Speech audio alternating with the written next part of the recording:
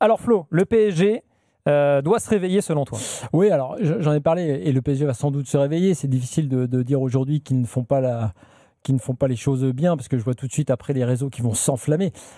Bien sûr qu'ils planchent sur le sujet, il y aura probablement des arrivées, donc tout ça peut être évidemment démenti dans quelques temps, mais quand même, dans le timing, dans les annonces ou dans l'absence d'annonces, et dans le fait que des gros clubs, à l'inverse, parce que le PSG, son championnat à lui, c'est pas la Ligue 1, c'est la Ligue des Champions. On voit bien que de l'autre côté de la Manche, par exemple, que ce soit Liverpool, que ce soit ou même ailleurs, d'ailleurs le Real qui avait déjà pris Alexander-Arnold. Enfin, la plupart des gros font déjà signer des joueurs, et le PSG prend son temps. Ok, on sait qu'ils ont ciblé des recrues, qu'ils parlent de 3 arrivées, mais j'ai quand même la sensation que d'abord, effectivement, à l'heure actuelle, c'est toujours pas fait, y compris pour Zabarny qui était le premier annoncé, et qu'il y a toujours l'idée de ne pas changer une équipe qui gagne. Alors, c'est vrai que cette année post-victoire va être compliquée, parce qu'on a beau dire, il y a quand même aussi un peu d'affect, il y a aussi le fait que Luis Enrique a un groupe à sa main, et qu'il sait que s'il met...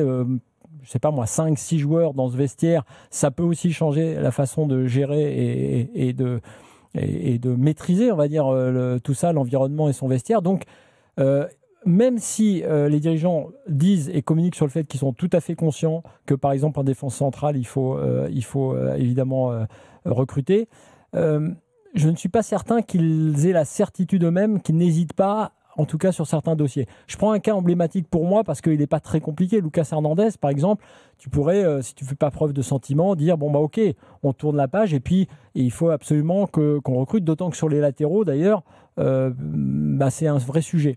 Je ne pense pas que ce sera le cas. Pourquoi tu dis on tourne la page avec Lucas Hernandez? Parce que pour moi... Il revient d'un croisé, lui aussi. Oui, il revient d'un croisé, mais je veux dire, le PSG n'a pas le temps, on va dire, de prendre le temps de la récup avec un gars comme ça qui, à mon avis, ne retrouvera pas son meilleur niveau. Donc, quand tu es le PSG, tu as gagné avec des champions, que tu vas essayer de défendre ton titre, à mon avis, tu dois passer à autre chose. Sur Donnarumma, plus compliqué, évidemment, par rapport à l'énorme fin de saison qu'il a faite. Mais si tu es le PSG, justement, et que tu vois encore plus haut, tu peux, en tout cas, travailler sur ce dossier-là sérieusement. Je ne suis pas certain qu'en gros, ils le veuillent vraiment au fond. Peut-être qu'ils estimeraient que ça déstabilise le vestiaire. En tout cas, ce ne sera sans doute pas le cas. Donc, en fait, sur plusieurs postes, je pense qu'il y a à la fois l'idée quand même de s'améliorer, évidemment, et de progresser et de recruter, mais des incertitudes sur l'idée et on va dire la proportion dans laquelle ça doit se faire. Et comme pour toute équipe qui gagne, c'est la vraie complexité. On l'a connu avec des sélections en équipe de France, évidemment après 2000, les années qui ont suivi. On l'a connu en équipe d'Espagne après les 3 titres. C'est toujours dur de trancher, c'est toujours dur de faire un peu, de prendre le pli rapidement. On attend un peu toujours d'aller dans une sorte de mur d'échec pour vraiment tourner la page.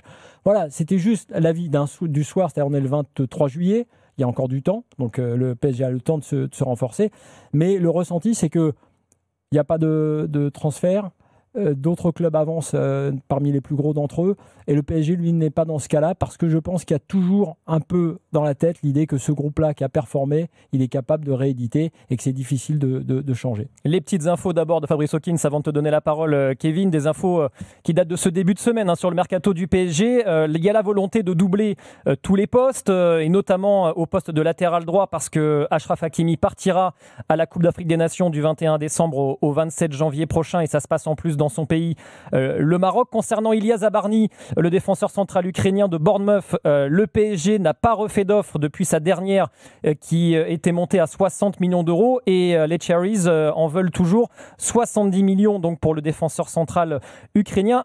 À ce jour, la seule recrue s'appelle Renato Marin, le gardien italo-brésilien de 19 ans qui est arrivé libre de la Roma et qui a signé pour 5 ans, donc jusqu'en 2030. Voilà pour les petites infos. Et puis dans le sens des départs, il y a déjà des joueurs qui sont partis. Yoram Zagué a été prêté avec option d'achat à Copenhague. Tapé est parti à Leverkusen. Moscardo a été prêté à Braga. Kevin. Écoute, moi je pense que le Paris Saint-Germain, pour l'instant, ils font plutôt bien d'attendre. Ouais, ils ne sont pas pressés. Faut savoir qu'eux, ils ont quand même fini leur saison il y a quelques jours. Donc, bien sûr, ils ont Zabarny dans le viseur depuis pas mal de temps. Qu'il faille remplacer, disons, un défenseur, Kimpembe, qui n'a jamais été vraiment apte cette saison, qu'il faille remplacer Hernandez, pourquoi pas, j'ai envie de te dire. Maintenant, l'équilibre d'un vestiaire, et on l'a vu lors de cette finale, aujourd'hui, le Paris Saint-Germain n'a pas une grande marge, contrairement à ce que beaucoup de gens croient. peut-être leurs supporters, et c'est normal, on a vu tous tellement de belles choses, cette équipe nous a enchantés, blablabla, pas de problème. Mais le truc, c'est que le Paris Saint-Germain doit quand même être très subtil et très précis dans les rectifications qu'ils peuvent apporter à leur effectif. Aujourd'hui, ils ont 11 joueurs titulaires, c'est assez clair. Le gardien, pour moi, tu peux le changer. Tu peux le changer, il t'a fait gagner la Ligue des Champions, mais tu peux trouver un gardien aussi bon, avec d'autres qualités qui conviendront peut-être un peu mieux à Luis Enrique. On pense tous à Lucas Chevalier, ça peut être un autre. Aujourd'hui, ensuite, par contre, sur tous les autres postes, difficile. Moi, ce que je conseillerais, à mon petit niveau, c'est de prendre des titulaires. Si tu dois prendre des joueurs, c'est pas des joueurs pour la rotation, c'est des titulaires. Il faut faire une VAR. Voilà, tu prends un mec l'hiver, mais c'est un mec pour être titulaire, et il a gagné sa place de titulaire. C'était pas si facile, c'était pas si donné. Il a été là chercher. Si tu prends un mec pour remplacer Gonzalo Ramos, par exemple, tu vas pas prendre un remplaçant. C'est un vrai numéro 9 où Dembélé va jouer peut-être ailleurs et va retrouver son poste, qui est quand même un poste à la base d'ailier. Ou alors prendre un ailier. Mais en tout cas, pour moi, c'est des joueurs qui doivent venir pour être titulaires. Et les joueurs qui vont être titulaires dans cette équipe, il n'y en a pas beaucoup aujourd'hui dans le football mondial. Oui, mais là, tu rejoins ce que disait Flo, c'est-à-dire qu'en prenant des joueurs titulaires, tu prends le risque justement de modifier l'équilibre qui s'est forgé ces derniers mois dans le vestiaire. C'est pour ça que pour l'instant, je pense qu'il ne bouge pas. Parce que comme je viens de le dire à l'instant, trouver un joueur qui va être titulaire dans cette équipe... Qui va avoir le même impact que Kvara, par exemple, a eu depuis son arrivée. C'est impossible. Mais aujourd'hui, au vu de l'équilibre de cet effectif, c'est très difficile.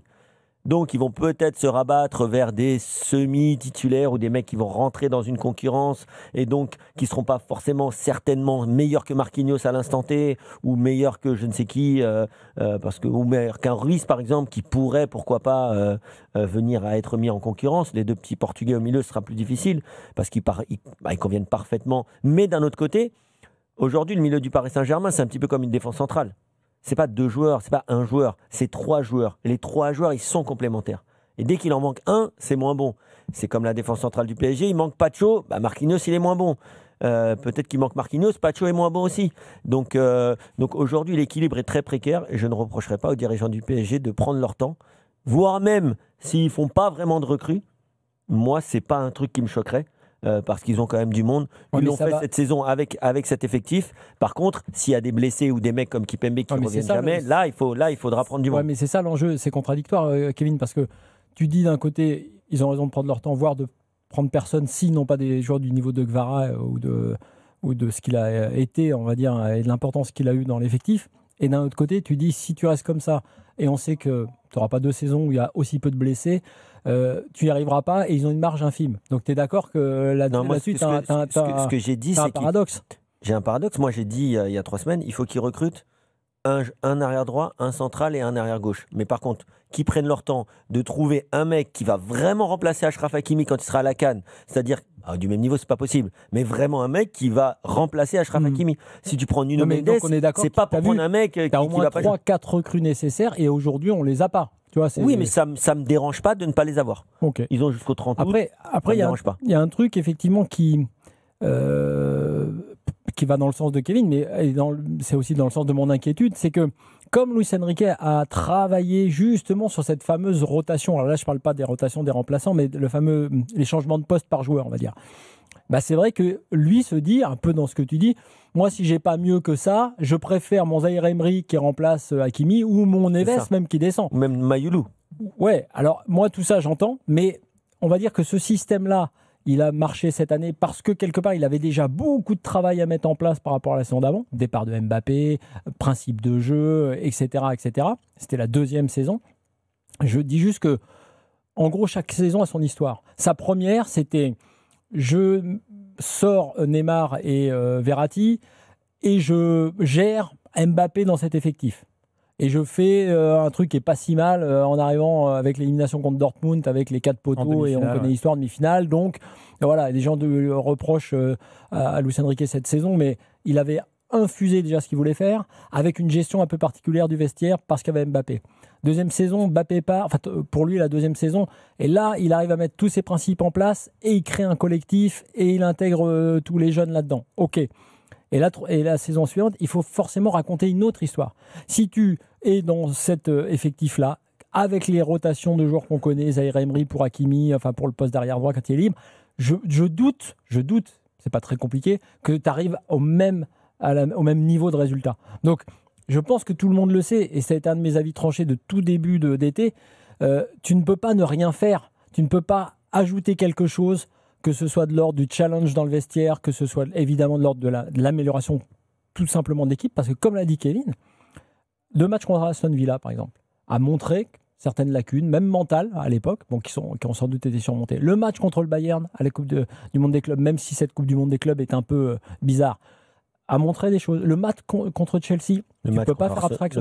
Le match contre Arsenal. Tu as beaucoup de choses qui sont logiques, et je pense que Luis Enrique, c'est par cœur, qui te disent warning.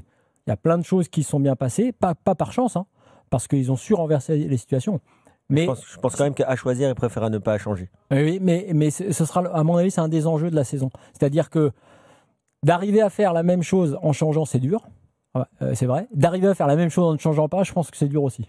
Donc c'est effectivement... surtout que il faut aussi voir en fonction de l'adversité. Les adversaires se renforcent tous. Absolument. Le Bayern prend des joueurs, Liverpool laisse tomber. Même le Barça qui prend Marcus Rashford. Attention, parce que Marcus Rashford, il a fait mal au PSG. Hein.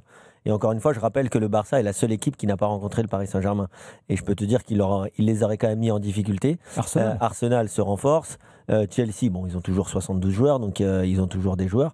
Non, je pense vraiment que l'année prochaine, ce sera plus dur que Manchester City qui revient dans le game. Donc ça va être très très difficile. Prenons le cas du 9, par exemple. Moi, je trouve que c'est un débat intéressant, puisque tu as cité le problème de Ramos. Tu vois, Gyökeres qui arrive à Arsenal, par exemple. Je me souviens que Enrique, ça lui avait été reproché d'ailleurs, il avait dit j'ai pas Haaland moi dans mon équipe, tu sais, pour dire que il n'avait que Ramos entre guillemets. Ça lui avait été reproché à l'époque parce que ça se passait pas bien au niveau des résultats. Donc on lui a dit, tu as vu comme il gère son vestiaire, t'imagines comme il a cramé le joueur et tout. Il a dit, en fait, la vérité, une réalité. Et Ramos sait qu'il est moins fort que Haaland ou que d'autres attaquants. C'est comme ça. Il est très bon, mais il est moins fort. Eh ben, c'est vrai que pourquoi il y a peut-être une hésitation à aller faire un gros coup sur ce poste de 9 ? Parce qu'il a Dembélé qui l'a mis à ce poste de 9. Mais comme le dit Kevin, et comme l'avait dit Luis Enrique, s'il avait un 9 vraiment top niveau, eh ben peut-être que tu changes de système. Mais est-ce qu'il en a vraiment, même au fond de lui, la volonté ? C'est pour ça que je dis que quand tu as gagné, tu te dis oui, bien sûr, on va se renforcer. Oui, bien sûr, on a des points d'amélioration. Mais en ton fort intérieur, tu te dis d'un autre côté, ça marche pas mal comme ça. Mon Dembélé en 9, c'est bien. Mon Ramos dans la rotation. La facilité, c'est de ne pas changer. Absolument. Mais par contre, il a dit pendant la Coupe du Monde des clubs qu'il allait vouloir se réinventer. Qu'aujourd'hui, les adversaires les analysent et que lui et son staff, ce qui les anime, c'est également d'arriver toujours à proposer des surprises, à proposer de la nouveauté à ses joueurs, mais également aux adversaires, forcément. Et donc, après, ce qui sera intéressant de voir, c'est comment il va réussir à se réinventer. Ouais, mais là, se réinventer, alors ce sera pas le cas. Se réinventer sans prendre des joueurs, c'est pas facile. C'est pas facile. Ouais, parce que là, déjà, il a tellement tout déjà malaxé dans tous les sens, y compris au sein de l'effectif, pour à la fois les challenger, comme tu dis eux-mêmes, et effectivement mettre de l'imprévisibilité pour les autres. C'est en ce sens, je ne dis pas que c'est simple. Je dis juste que dans le timing par rapport aux autres grands clubs, par exemple, le PSG, pour plein de raisons, ne le fait pas. C'est de la sérénité, ils sont sans doute assis sur certaines certitudes. Mais voilà, les autres dégainent et le PSG, on a souvent comparé cette équipe au Barça de Guardiola. Le Barça de Guardiola, ils avaient aussi du mal à changer. Hein. Forcément, ils avaient les meilleurs joueurs du monde quasiment à tous les postes. Et quand il a failli mettre Rakitic, on s'est dit, ah ouais, mais est-ce qu'il va venir ? Quand il a fallu changer, ils ont essayé Zlatan, ah ouais, mais Zlatan, est-ce que ça va le faire ? Donc c'était quand même très difficile pour ce genre d'équipe d'arriver comme ça par petites bribes à changer.